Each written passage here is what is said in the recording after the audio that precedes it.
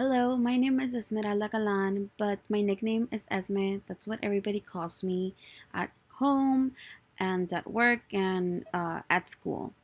Um, I am in my 20s and my first language is Spanish, and I also speak English and a little bit of Brazilian Portuguese, but I can understand it more than I can speak it. And another thing about me is that I am Mexican American, and those are kind of the basics of me. So let's get started with the presentation.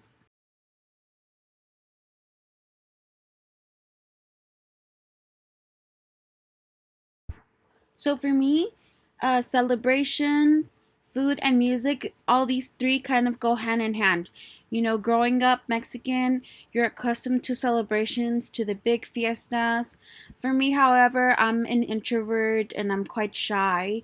So, celebrations have evolved for me in the sense that I don't usually go to like big parties or big celebrations where there are lots of people. It's just too overwhelming for me.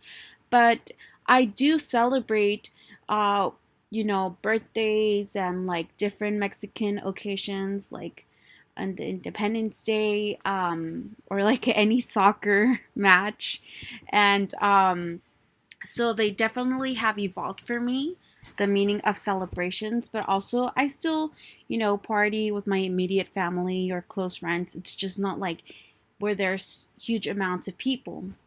And also, I would say that, food is a very, very big part of, that concrete because you have all these different types of cuisine like mole, pozole, tamales. The picture you see here of the thick brown soup, it's mole, and it's my absolute favorite. So for me, that cuisine, that food is a representation of not only myself but um of my origins, of my ancestors, of my family. And anytime that I eat a Mexican cuisine, it just tastes like home to me.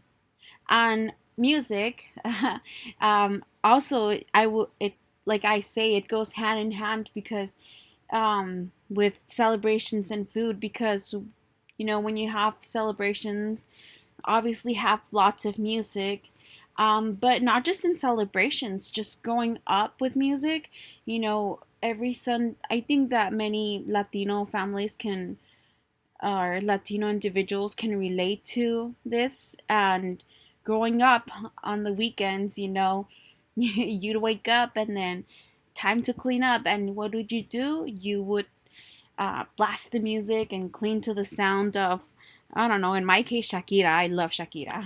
And, but also, and not just while cleaning up, but like in every different occasion of your life, you have music there.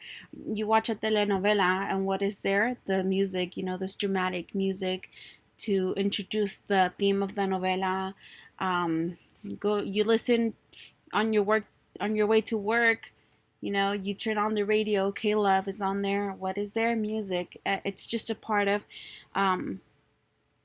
who we are, I believe. I identify myself as Mexican American, but I also identify as Latina. So it's a very big part my of my concrete culture. And as I grew older, concerts, they turn into celebrations for me. And yeah, so these are a few of like the pictures that you see here are a few of the concerts that I've attended. And music is probably one of my biggest passions. And yeah.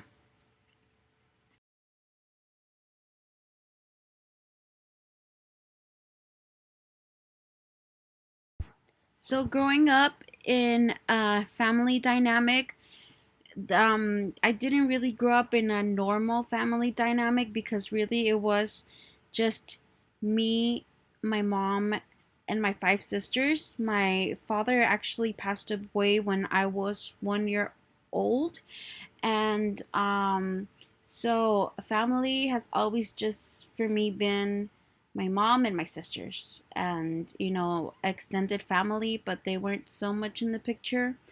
Um, and so growing up, actually, my first language was Spanish, and I didn't speak English until I entered probably first grade, and it was quite hard transition for me. But with persistence, I was able to dominate English. Still, even sometimes, I have even being raised here, I still have a hard time dominating perfectly English, just because Spanish has always been my primary language, and it is the language that I speak at home and with various people outside my home. Um, but I guess kind of just going through the struggles of speaking, getting to um, getting to acquire that second language really encouraged me during my middle school years to kind of try and learn uh, a different language, which I still do not dominate, but I can fairly understand quite well, is Brazilian Portuguese. And so, like, não falo muito bem português, mas não consigo entender, which means I do not speak very good Portuguese, but I can understand it.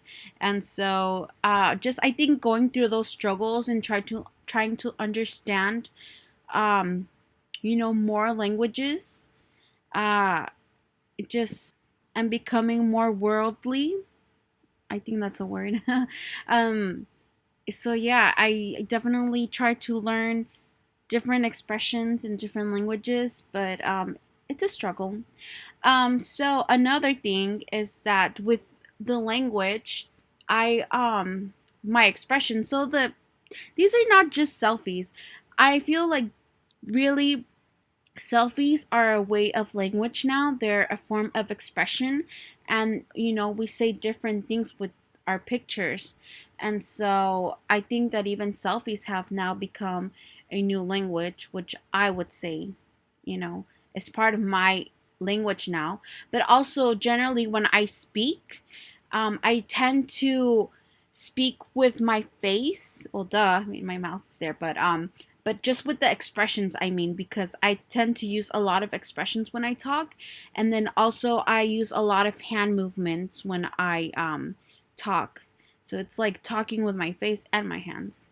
But yeah, but just basically family, my language, and my expression, whether it be through my facial expressions or my body language, have played a have come together to kind of create this role that I guess I am not playing, but that I am. And so just kind of, I have different roles, different, they all play a different part in my role as a woman, as a Latina, as an educator. They have all kind of shaped this person that is in these different roles.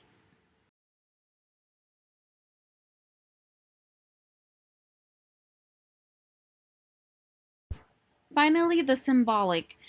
For me, I would consider myself a Catholic, though I'm not practicing very much of it. You can call yourself a Catholic, but really, in my opinion, what makes a Catholic is how you practice it. So, I'm not a very good Catholic because I don't practice it, but growing up, that's what I was raised in, and Catholicism has shaped my beliefs. But as I grew up, I got more into mindfulness and um, you know became more spiritual.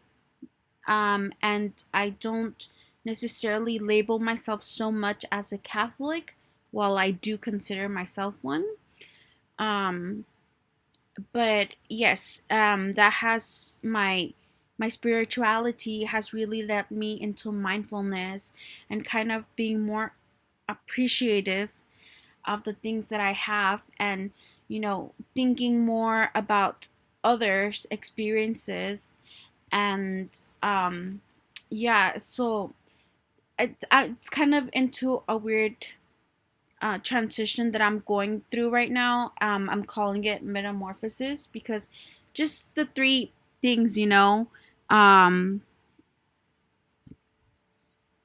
so I'm evolving as a person. So things that I used to believe in the past aren't necessarily what I believe now, but um I'm trying to understand better who I want to become and what beliefs I want to keep, and practice those values and practice those beliefs.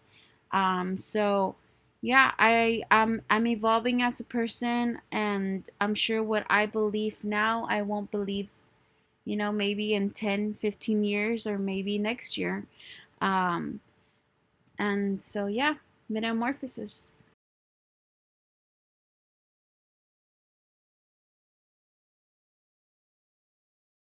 And that is the end of my presentation. I hope that it was not very confusing. It made sense in my head. But I would like to add that, I feel like this three levels of culture, they're they're not like really set in stone. They're evolving, and so yeah, I think that they do make a part of who we are, but they're not entirely who we are.